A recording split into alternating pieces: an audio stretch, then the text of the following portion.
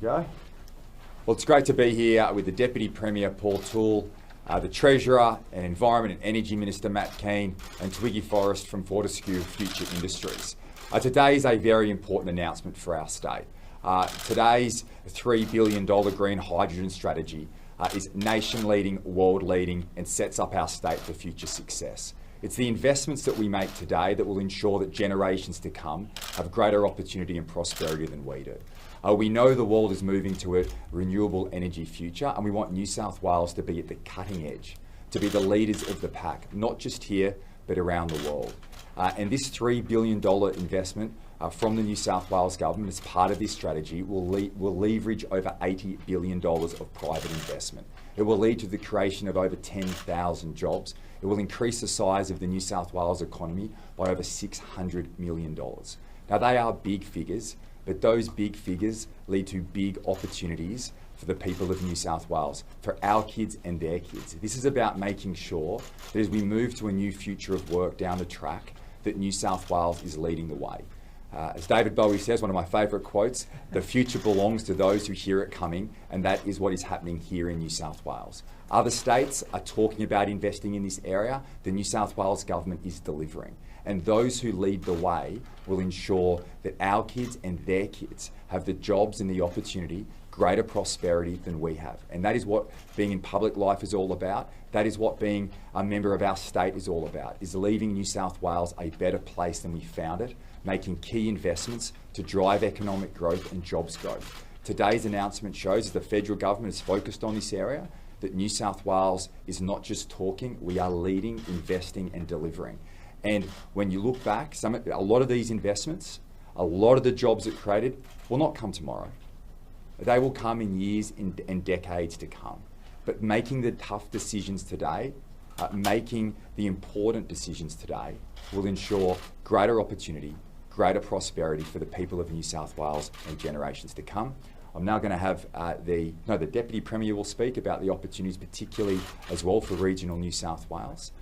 The Treasurer and the Environment Minister will then speak about how we are leading the way when it comes to our energy policy here in this state, and the fact that this is not just an environmental play, it's an economic play as well. And then I'll have Twiggy Forrest speak about the opportunity of this investment the New South Wales government is making today, the importance of this strategy to our energy going forward. Thank you, Premier. Today is an exciting day because it actually shows the New South Wales government is investing in the future, investing in our kids, investing in jobs, but this is going to be also exciting for regional New South Wales. What we're seeing in regional New South Wales is special activation precincts that have been identified. This is the opportunity to create these hydrogen hubs. This is the opportunity to provide economic growth, the opportunity to provide jobs into our communities. We know that places like the Hunter, the Illawarra, they're the powerhouses of this state. But we also know that we're going to be transitioning away from coal. So it's making sure that we're thinking about what next. What is the future going to look like? This renewable energy, this hydrogen hub strategy that we are putting forward is going to see private investment and the opportunity to grow a regional New South Wales. We've got places like Parks, Wagga Wagga, Hay, they've been identified as renewable energy zones. We've already laid the platform. Today's hydrogen study is actually taking us to the next level. Well, we know that hydrogen is going to be the fuel that will power the low carbon economy. And today's announcement will ensure that New South Wales is the green hydrogen capital of the world. That means jobs here for New South Wales, that means opportunity, and that means that we're going to be an economic superpower of the future. Today's announcement will support $3 billion worth of investment to grow the hydrogen industry focused on the Illawarra and the Hunter. That means we future-proof those regions and ensure that there are high-paid jobs in those areas, economic opportunities and prosperity for everyone in the regions and right across the state. This announcement will see between $80 and $270 billion worth of private investment coming into New South Wales between now and 2050. It will see 10,000 new jobs in New South Wales by 2030. The size of the hydrogen industry here in New South Wales will be as big as the coal industry in New South Wales by 2050. This will ensure that we are future-proofed and that we will be an economic superpower for generations to come.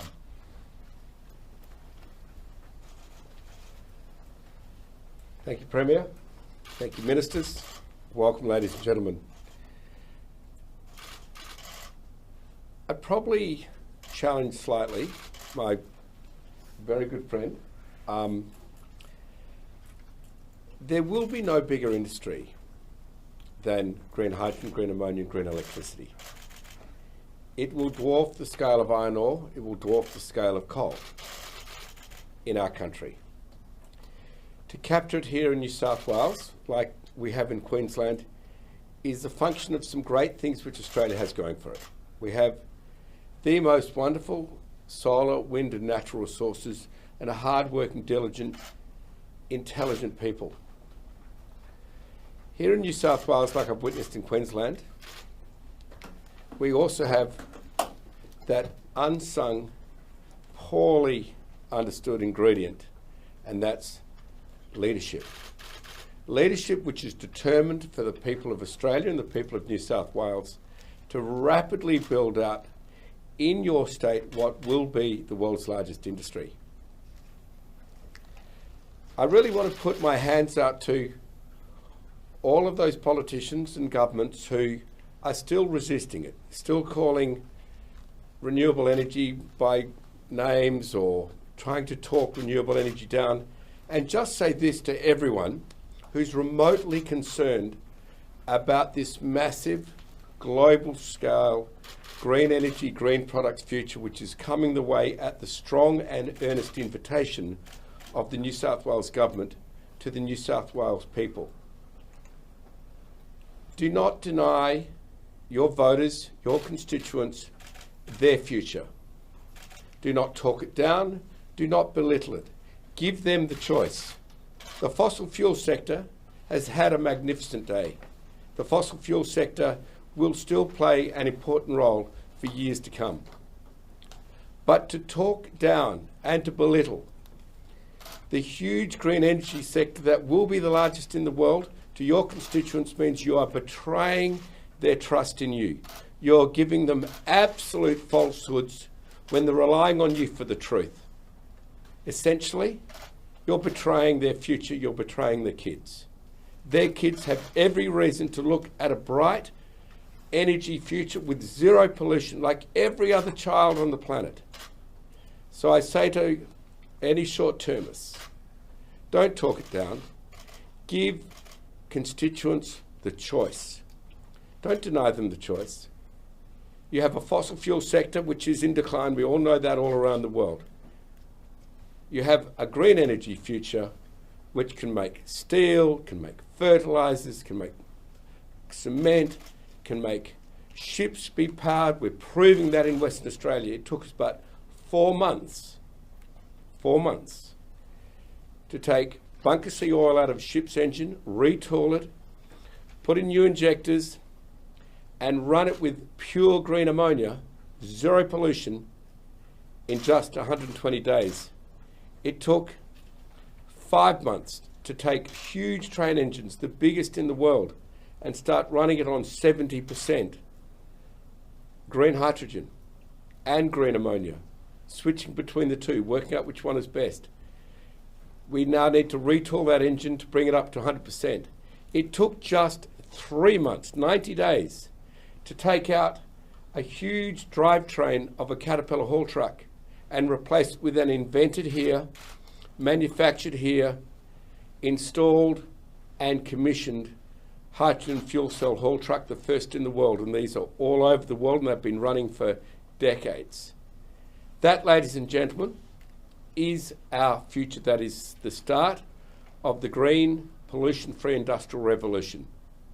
I deeply want to thank the New South Wales Government and the New South Wales people in particular for welcoming us. I want to reach out to everyone in the coal sector, oil and gas sector, and your investors. Come with us on this journey. This journey does not have an end. This journey is infinite. It will last as long as mankind does on this planet. It does not have a date. It is not polluting the world. It is about creating a great economy for hundreds of thousands of great jobs and leaving the planet better than we found it for our kids. Thank you very much. Questions? One for the Treasurer, if that's okay. The AWU has said that we need nuclear power for national security. Do you think we need to invest in nuclear capacity to counter the threat of China, even if it's more expensive than cheaper renewable energy like hydrogen? Well, let me tell you what will provide our energy security now and into the future.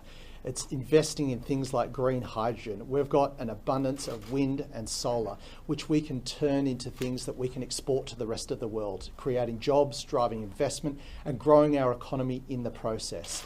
Nothing will secure our energy future more than taking advantage of our abundance of renewable energy and providing products like hydrogen to the rest of the world, and we'll make a lot of money doing so. So let's focus on our strengths.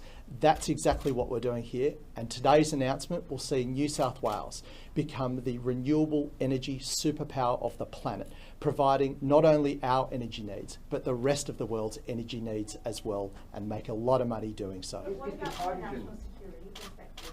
Do you think we need to invest in nuclear capacity for that? We know that technology is evolving very quickly in a range of spaces, particularly in nuclear. We're excited about developments around things like small modular nuclear reactors. We know that they're on the horizon in the mid-2030s, but we're a long way from there. Right now, we have opportunities at our feet which we should be grabbing with both hands. We know that Japan, Korea, Germany, France and China have said hydrogen is going to be key to powering their economies in the future. What I want to do is ensure that New South Wales is supplying that hydrogen and creating jobs, driving investment and growing our economy whilst doing so. And that's what today's announcement is all about. Just on the jobs aspect, isn't hydrogen seen as a low employment industry? Well, that's probably a question for Dr. Forrest, but what I will say is that we will see 10,000 high-paying jobs in the hydrogen industry by 2030 as a result of this policy, and that is only just the start. We know that the hydrogen industry is a big employer and a big creator of high-paying jobs, and those jobs, because of the location of deep water ports, will be concentrated in the Hunter and the Illawarra. So it's a natural hedge at a time when the coal industry will be impacted by carbon risk. That's what we're focused on. This is an industry development play, it's an economic future-proofing play, and it will set us up for success in a very quickly changing global landscape. Well, if Dr. Forrest could respond to that, is hydrogen not seen as a low employment industry generally? And if I also ask while you're there, you need a lot of energy to generate hydrogen energy, do you not? Yeah, well, let me give you an industry perspective on both those excellent questions. If I could start with nuclear and security. I've been investing in and studying nuclear power, and particularly recycled nuclear waste with the Gates family for a little over a decade. The reason why I'm not advocating it is because while it is a fossil fuel, it does produce a waste. You can recycle that waste, it produces another waste. The problem, though, with it, particularly with the AWU question relating it to national security, is there's nowhere in that process flow sheet using recycled uranium or waste using fresh uranium. Can you get away from enriching that power towards weapons grade? So you will have a cleaner world than we have with the fossil fuel world, but you'll have a much more dangerous world if it propagates, proliferates all over the world. And there are players in this world who will be highly irresponsible if they could get their hands on easily accessible enriched uranium/plutonium. So I don't advocate it because I don't want just a safe world, I want a safe, clean world. Secondly, I just want to talk this one through with you. Once again, trust a little what a person says, completely what a person does. We employed around 11,000 people at Fortescue Metals Group, and we went into automation. We have more automation than any other site in the mining world, including the other majors. By a factor, if you were to add up our automated kilometres, it would take you to the moon and back 120 times. We're really serious about it. Everyone said, oh, you're going to lose a lot of people. Actually, we now employ 15,500 people. We're a much more efficient company with much lower costs, but we employ more people. As we step out, as we move away from importing up to 1 billion litres of diesel a year, let alone what we use on our ships, which is at least double that, and manufacture that fuel here in Australia, not importing it, not taking it from governments who will determine our future no matter how hard we work, but make that energy, make those products, do it all within New South Wales, within Australia, take charge of our own economic and energy security ourselves, not export it to another country. Then Fortescue's labour, we consider, will increase to around 20,000, as it should, because we are replacing billions of dollars for imports and replacing it with billions of dollars of homemade manufacturing. Don't you need a lot of electricity to make hydrogen, though? I just asked you. Yeah. I mean, it's almost, what's the point? No. You must have been listening to... Can I just say, you lose a lot of electricity when you take it, make it into hydrogen. You lose enormous amounts of power when you take all out of the ground and make petrol out of it or diesel, about 70% in both cases.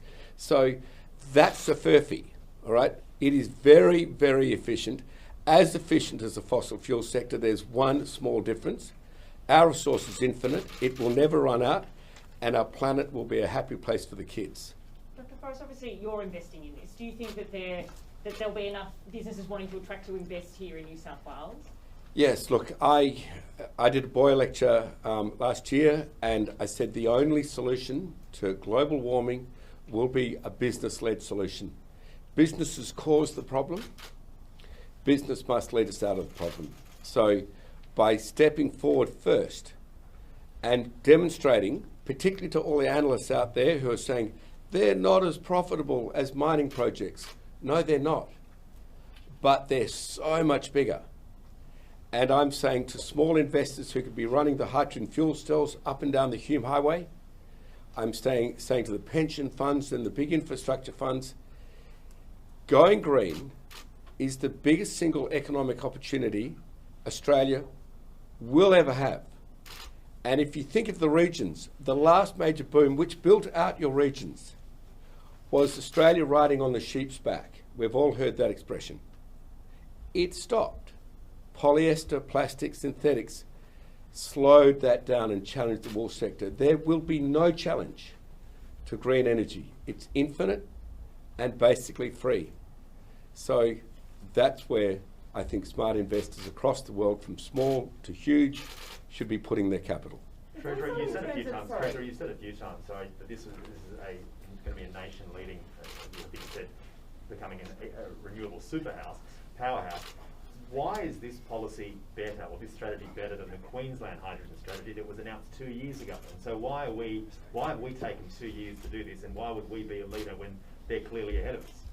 Well, the scale of our strategy doesn't compare to anywhere else in the nation. The federal government's hydrogen strategy is forecast to spend about $1 billion right across the nation. We'll spend 3 times as much of that, concentrated in the Hunter and the Illawarra, to turbocharge the hydrogen industry. We're going to get ahead of the curve. We're going to win the race to meet the world's hydrogen needs. And we're going to create a lot of jobs, drive a lot of investment, and grow our economy exponentially in doing so. If I could just comment on Chris Maher's question earlier, our forecasts suggest that the hydrogen industry will create more jobs and add more to GSP than coal does currently by 2050. So that's on our early predictions based on the modelling done by our experts. Treasurer, this is obviously just a strategy. So how are you going to make it reality? And have you speaking to people, other people lining up to invest here? Well, this is a strategy that will give effect to, this is a policy that will give effect to supporting the private sector to get ahead and build the things we need. We're providing direct support, like investment in creating hydrogen hubs in the Hunter and the Illawarra. We're removing government fees and charges, a cost barrier, like having to pay to the Climate Change Fund, network fees and charges, to ensure that the hydrogen industry gets all the support they need to get up and running so that we can win the race to provide the world's needs for hydrogen in the future. And Treasurer, just in terms of those jobs, is there opportunity for fossil fuel industry workers to transition over to a green hydrogen industry workforce? And, you know, are the skills like for like, or is that going to require a lot of retraining, and how would you go about doing that? As part of this strategy, there does envisage a skills retraining package, but let's be very clear. The skills currently used in fossil fuel and heavy manufacturing are completely transferable to the hydrogen industry. And by building out those new industries in those areas where those jobs are currently at risk because of global changes, what we're doing is future-proofing those jobs, future-proofing those communities, and setting ourselves up for success in the future. How do you think it's going to go?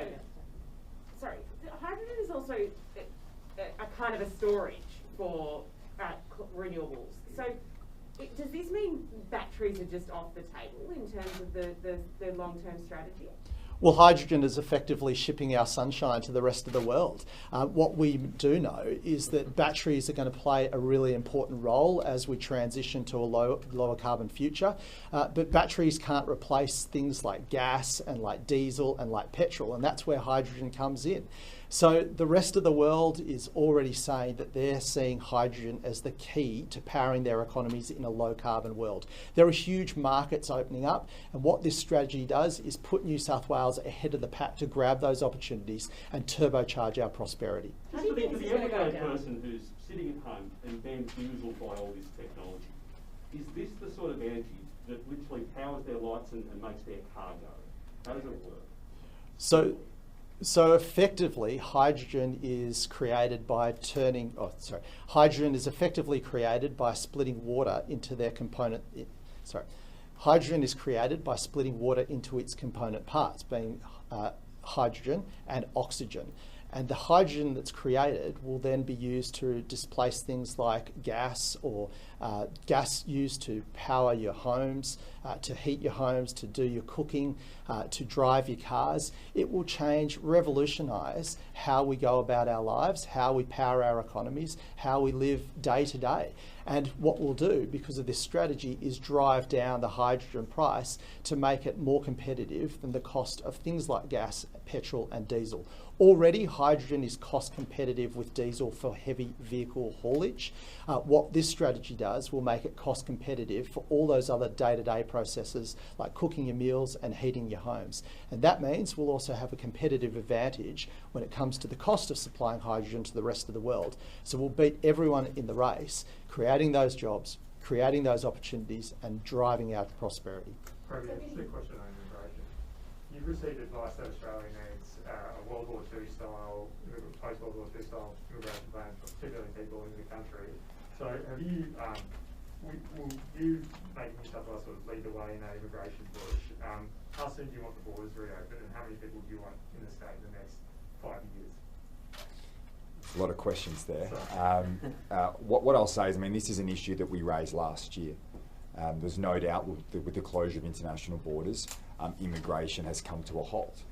We are seeing one of the biggest challenges at the moment as we're opening up our economy.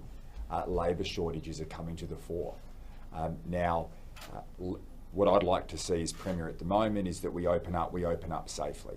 We had discussions last year in relation to immigration with the Federal Treasurer. And obviously, I think we're going to have a real discussion around catching up some of those numbers that we've lost during this pandemic. And I think that's important. I'm somebody who believes in a big New South Wales. I think that provides greater opportunity and prosperity for people right across the state. It provides important workers for businesses. So that is something that will become a significant challenge for our state and for our country as we move forward. But it is something I believe that in time we will necessarily address, working with the federal government. It will need to be targeted in the short term, in relation to where those labour shortages are. And obviously that will also differ across state borders. Different states will have different needs, and as we have in the past, we'll continue to work with the federal government in the future to drive that. In relation to international borders, you're obviously talking international borders. Well, New South Wales is going to lead the way in this space. We have a subcommittee of cabinet meeting tomorrow, and this is on the agenda. We want to bring that forward if we can bring it forward. I've had numerous discussions with the Prime Minister already in relation to this issue.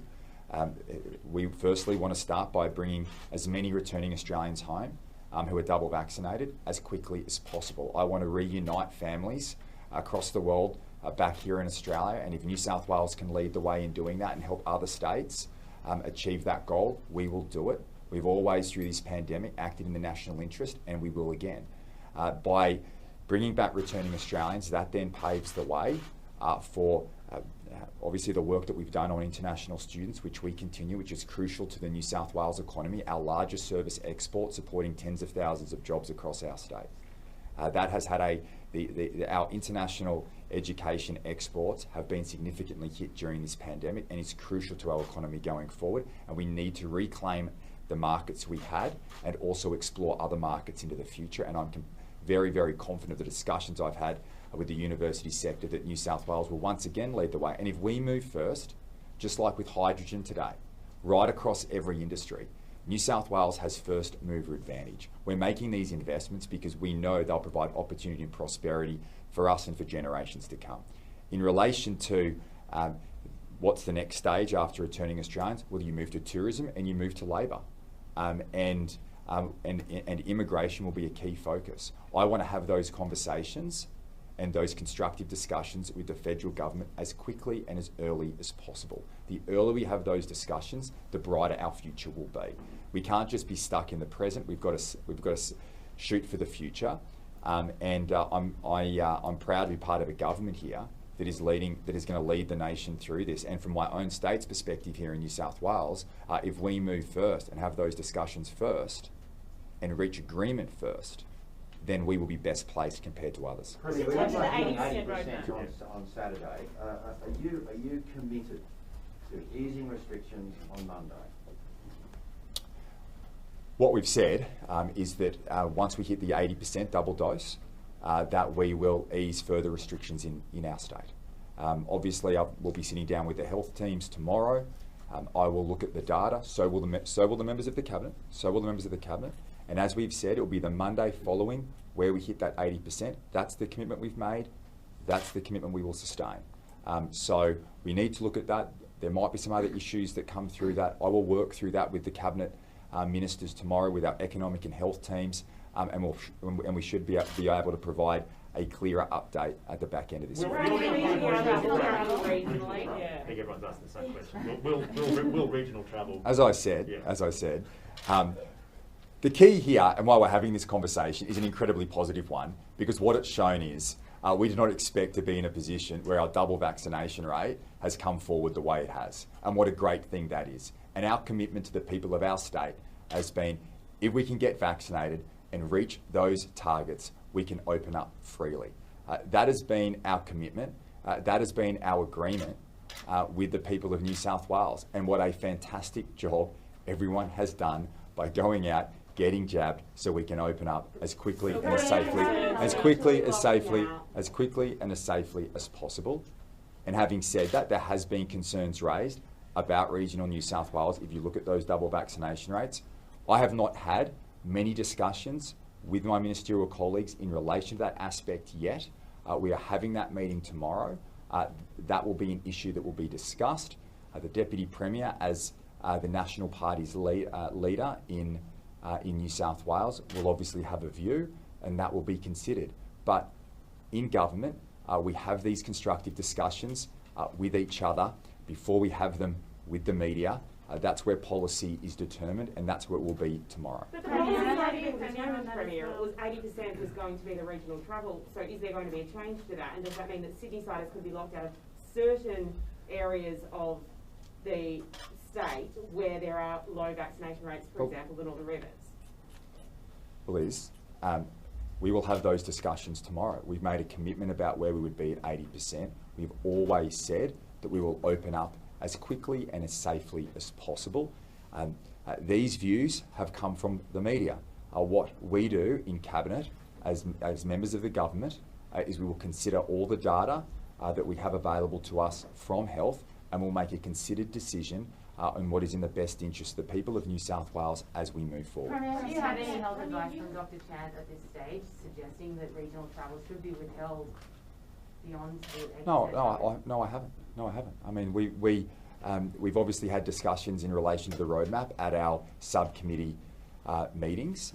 There is a meeting on Thursday. I have asked the Health Minister to make sure that he comes to that meeting prepared with the relevant information so that we can make informed decisions. The economics team will be there, the health teams will be there, the mental health teams will be there. We will have those constructive discussions and we'll make a decision and an announcement in due course. You can ask me just about regional. Just one last question, we'll go Deputy. The COP said it was fine for you to stand up and have a drink on Monday, so will we be able to do the same on the weekend? On the weekend? Yes, if we reach 80% by then. Well, we've always committed that we will have the next stage of the roadmap on the Monday following. We've made that commitment. There was obviously a lot of pressure for us to bring that forward when we hit the 70% mark. But that's obviously part of the 80% roadmap. It's something that's on the table and it'll be obviously part of the discussions tomorrow. And we don't want to speculate in terms of what that day will be. We didn't set a date. We didn't set a date for this specific reason. We set a vaccination target. And every single person across our state has made an enormous effort. There are still second dose appointments that are made today and the next few days. We want everybody to go out, get vaccinated. It's key to our freedom. And our people have just made an amazing effort to do that. We haven't just led the nation, we've led the world. That's the key to keeping people safe, your friends and your family. And the faster we can do that, the better that's going to be for everyone across New South Wales. No, I'm not here to rule things in and out. We've got a very clear plan. That clear plan provides certainty and clarity to businesses. Whilst there was obviously a lot of interest in whether we'd bring that date forward from Monday to Friday last week, the significant engagement that the New South Wales government has had with the business community has really helped our reopening. There was a lot of concern, a lot of media interest in relation to concerns that would be raised about how this reopening would go. We always knew it would not necessarily be smooth, but in the main it has. And that's because of the engagement we've had with business and with industry. They've worked in partnership with the government. That ensures we keep people safe, that issues are resolved, and the same goes again. We don't sit at press conference and speculate around what could be in or what could be out. We've set that down very clearly so people across the state understand where the New South Wales government is going, what the opportunities are moving forward, and that's what we're committed to. That clear plan says 80% regional travel. You've said there's a clear plan. You said you have an agreement with the people of New South Wales, and now it doesn't sound like regional travel will come in at 80%. Can you be clear that? Well, the only ones saying that are the media. What I am saying is what I've said is that there have been issues raised. We haven't made any decisions yet. We don't make decisions in a knee-jerk reaction. We make decisions in consultation with our health and economic teams as part of that subcommittee. That meeting is tomorrow. We will consider those issues tomorrow in relation to the roadmap, and it has come up because of obviously the significant increase in the vaccination rate, and that is a great thing. We want to open up as quickly and safely as possible. That's exactly what we are doing. We have that meeting tomorrow. We'll have those discussions, and we look forward to seeing you all on Friday, and you can ask those questions. So was the clear plan? You've said that regional lockdowns aren't off the cards at this point. What's the trigger point for regional lockdowns? A lot of exposure sites are popping up. Should businesses feel that any day they could be going back into a lockdown? Well, we've always said that the lockdowns are our last resort. I think we've got people out in our communities that are getting vaccinated, and a lot of our communities we're seeing good double vaccination rates. But it's important that people are still doing the right thing. We've got rules, we've got restrictions in place, and that's to protect our communities. Obviously, there are a number of factors. We will have to get that advice from New South Wales Health, from Dr. Kerry Chant about what actions need to be taken if there are concerns in a local area. I've always said, you know, they could be a localised solution. It may not be a one-size-fits-all for the whole of the state. That may depend on the number of people that have been hospitalised, how many are in ICU beds in those areas. So it will come down to locality by locality, but we want to make sure that lockdowns are our last resort. So Deputy Premier, just to confirm, the 80% roadmap that is on the New South Wales Government website, under the heading Travel, it says unrestricted trips between Greater Sydney and regional New South Wales will be permitted. So is what I'm hearing from yourself and the Deputy Premier is because we have reached this target of 80% potentially so quickly that now that may not be the case and there may need to be further health advice and negotiations around that. Well, we spoke about regional travel only a week ago, and we said we were several weeks away before people could start to travel out into the regions. We know that people in regional New South Wales also want to go into Greater Sydney. People have already got their cars packed. You know, they want to, as soon as they can, get out into regional New South Wales and actually see what is able to explore. But we also need to make sure that when it's discussed tomorrow, we are protecting regional New South Wales. We need to make sure that regional New South Wales is safe. And obviously those discussions with New South Wales Health, Dr. Kerry Chant, and we always have a regional overlay with information that is provided as to how those vaccination rates are going in our communities. So that will be up for discussion tomorrow. I'm not going to preempt it, but I also want to say that we'll make a decision that's balanced between keeping our community safe but also open up the economy. What's your view? Is Monday too soon? Lots of regional MPs are saying it shouldn't be brought forward. What do you think? Well, I'm going to have that conversation tomorrow, and obviously we'll get the latest vaccination rates, we'll get that data. There's always a regional overlay as to how we're tracking in the regions, and we want to make sure that our regional communities are safe. So that information is going to be important. But what I do know is this. You know, people want to get out of metropolitan Sydney. They've been stuck in their apartments. They want to get out of this concrete jungle. They want to get out into regional New South Wales. They want to catch up with family and friends. They want to explore what is on offer. But we also need to make sure that the advice provided by New South Wales Health is taken into account before we make these decisions. Premier, just in terms of today's announcement, this is your first big policy announcement aside from COVID. Is this a sign that you're trying to establish yourself as the green environmental premier? Well, this is a visionary policy. This is about setting up our state for future success. And as Treasurer, we've had a range of policies that set up New South Wales for generations to come, and that's exactly what I'm continuing to do as Premier. We've worked very closely on the environment front. I mean, we have a green future here in New South Wales. When Minister Kean announced prior to him becoming Treasurer that we were due to halve our emission targets by 2030, the fact that we could do that without changing a policy is testament to the work this New South Wales government has done. It's not just one minister leading the way, it's the team. We've got a great team here. We've got great energy and we're taking our state forward.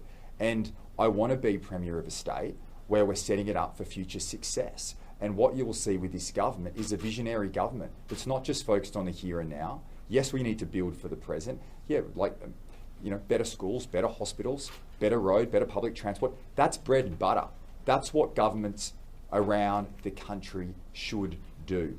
Basic responsibility of state governments is service delivery. Now, sure, it didn't happen under the previous Labor government. Understand that and accept it. We turned around the economy. We turned around the state's finances. We've got solid foundations here, which we've been able to leverage and go on the biggest infrastructure build in our state's history or nationally with $108 billion of infrastructure. But even then, as big as that infrastructure investment is, it's bread and butter. That's what governments should do. Better governments look to the future and set their state up for generations to come and for future success. Visionary policies like this one today, a $3 billion investment from the state government that will leverage, as Minister Kean has said, up to $270 billion in private sector investment as we transition. This is not against coal. As Twiggy has said, this is not against coal. Fossil fuels are still an important part of the mix, but we know that we are transitioning to a different future. And the states that lead the way provide greater opportunity and prosperity for their kids and generations to come. That's what we're focused on. And what you'll see from this government going forward is an energetic government, a government that's focused on the future, and one that will set up our state for future success, whilst at the same time continuing to deliver record amounts in the things that matter: education, health, public transport. That's what good governments do, but great governments take the state to the next level. And that's what you're going to see under our tenure here. Thanks, everyone. Just in terms of the vaccine certificate, how is the app going? How is the progress going on making the app streamlined? And also, we're hearing reports of people not checking in and shops and cafes not policing it. Is that what you expected? Do you expect people that owners would not police it? Well, we've always said there'll be challenges. We accept that, but the people of New South Wales have made an amazing effort in relation to the difficult rules that we've put in place. We ask people to continue the QR check-in. That has been key to helping our tracking and tracing teams. It was crucial last year. And I was in so many of those meetings where we'd sit down with the health team and their confidence in being able to relax restriction was completely connected to the use of QR codes and the ability to track and trace when cases occur. The same will occur here with the vaccination status. Now, we know there will always be outliers. There are 8 million people across our great state. There will always be outliers from time to time. And at times, we can focus on the negative, but I'm here to focus on the positive because the feedback that I've received from businesses, from people right across the state, is the joy and excitement that came on Monday. The fact that many, many people are doing the right thing. I ask everybody to keep that going because we don't want to go backwards. We want to keep moving forward. And I think I think compliance has been incredibly positive. I know you'll run stories. I know there'll be issues from time to time. But let's focus on the many, not the few. Forrest, could I just ask you Last one, and then the two. Here in Sydney on November 11, the coach has asked for as big a crowd as possible. Is it likely that we can see a stadium full of fully vaccinated people by November 11? Well, what we have said in our more recent announcement in relation to the roadmap is that venues such as stadiums can apply for an exemption in terms of what the cap limits are. Now, those exemptions go through New South Wales Health. We saw just yesterday, I had the Health Minister come to me that in relation to the running of the Everest on Saturday at Randwick Racecourse, that they had put in a exemption to the cap. That goes through the health team. My understanding is that, and obviously the COVID safe plan is put together, and once that COVID safe plan is approved, then higher crowd limits can be brought in. I would expect the same to occur in this situation. We're not doing it by way of event. We're doing it by way of venue. So we'll wait for that approach to be made by the venue, and should it be approved by health, then yes, they will be able to have a higher crowd if that is what is deemed appropriate. We want big events here. We want to get back to normal. I look at those college football crowds over in the US, and I want that to be here. I want our people to have the best, to go out there and have fun and enjoy themselves. But we need to do it in a measured and safe way. You've got a health team there. We've allowed for exemptions on a venue. It's on a venue by venue basis. So I welcome them to make those approaches to our health team, and I'll take the advice of the health minister. Did you have a question? I just had a question whilst we're on the issue of COVID. I was curious how you're finding, Dr. Forrest, how you're finding coming in and out of WA right now. Yeah, it's very tricky. Sorry, it's we've had to obey all health regulations. Going back in is pretty tough. Leaving New South Wales is pretty easy, so long as you don't go back to Western Australia. And that's the same with WA. You know, they have to say goodbye. They just don't want to welcome you back without 2 weeks quarantine. So we cop the 2 weeks quarantine like everyone else. But no one else can get into WA and get 2 weeks quarantine. So, has it been easy to get exemptions to travel for business? No, it's been very difficult. And unless you can state a national interest cause, which is has a bulletproof argument, it's been very hard. Dr. Forrest, in terms of that need for Australia to basically bring in 2 million immigrants by 5 years, would you support that, and do you think New South Wales should sort of lead the charge on that, take the lion's share of those 2 million new skilled workers? Are you talking about immigration? Yes. I think Australia should. I'm here batting for Team Australia. I think New South Wales is a really great government. This has been 11 years in the making for Fortescue.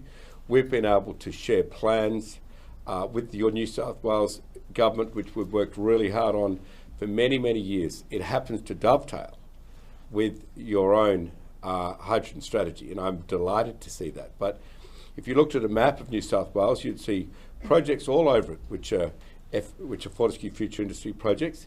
In particular, you'd see a manufacturing hub in Parks. You'd see a major energy centre in your coastline. Sorry, in Kembla. You'd see a major energy centre in Kembla.